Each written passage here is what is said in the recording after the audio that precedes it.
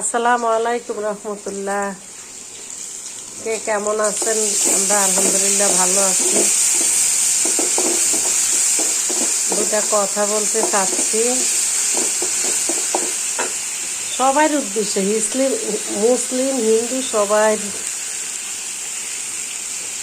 কটা কথা বলতে চাই।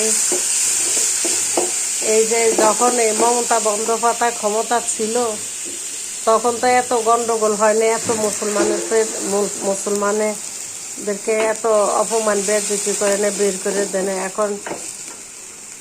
এখন এই যে ক্ষমতায় আরেক সরকার ক্ষমতায় আইসা কত গন্ডগোল করতেছে, মুসলমানদের বের করে দিচ্ছে, মুসলমানের উপরে গন্ডগোল চলতেছে। কেন?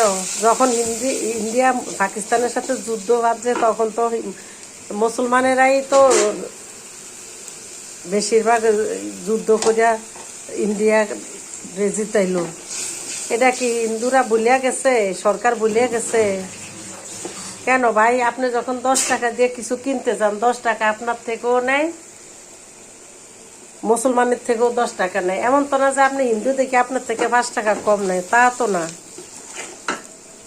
আপনার থেকেও 10 টাকা নেয়, মুসলমানের থেকেও 10 টাকা নেয়। এমন তো না যে হিন্দুর থেকে 5 টাকা কম নিলাম, মুসলিমের থেকে 10 টাকা বেশি নিলাম, তা তো না। তাহলে কেন মুসলমানের বিরুদ্ধে লাগতেছেন? লাগবেন না, কারণ অনেক দাদা বাবুরা আছে, জ্ঞানী মানুষরা আছে, তারপরে খ্রিস্টান, বৌদ্ধ, হিন্দু, অনেক জ্ঞানী মানুষ আছে, এরা তো সবাই মুসলমানের সাপোর্ট করতেছে। আপনি তো 3 দিনও থাকতে পারবেন না, 5 বছর থাক দূরের কথা, আপনি তো 3 মাসই থাকতে পারবেন না ক্ষমতায় যদি এরকম করেন। বেশিরভাগ হিন্দুই তো মুসলিমের পক্ষে। হ্যাঁ, এই যে স্বপ্না ভাদুরী, আপনাকে ধন্যবাদ দিতে চাই। আপনি যে মুসলিমদের পক্ষে অনেক কথা বলতেছেন, তারপরে বিরুদ্ধে কথা বলতেছেন, আপনি অনেক আগে থেকেই এই মুসলমানের পক্ষ নিয়ে কথা বলতেছেন। হ্যাঁ, এই জন্য আপনাকে আমার ভালো লাগে, সবসময় আপনার ইয়াটা আমি দেখি। আপনি যে কথা বলেন বিভিন্ন পার্টিকে নিয়ে, ভালো লাগে। এই জন্যই অনেক সম্মান করেন মুসলিমের, ভালো লাগে এই জিনিসগুলা দেখলে।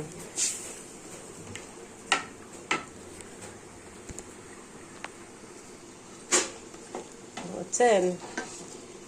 আমার ভিডিওটা কেউ মন খারাপ করেন না।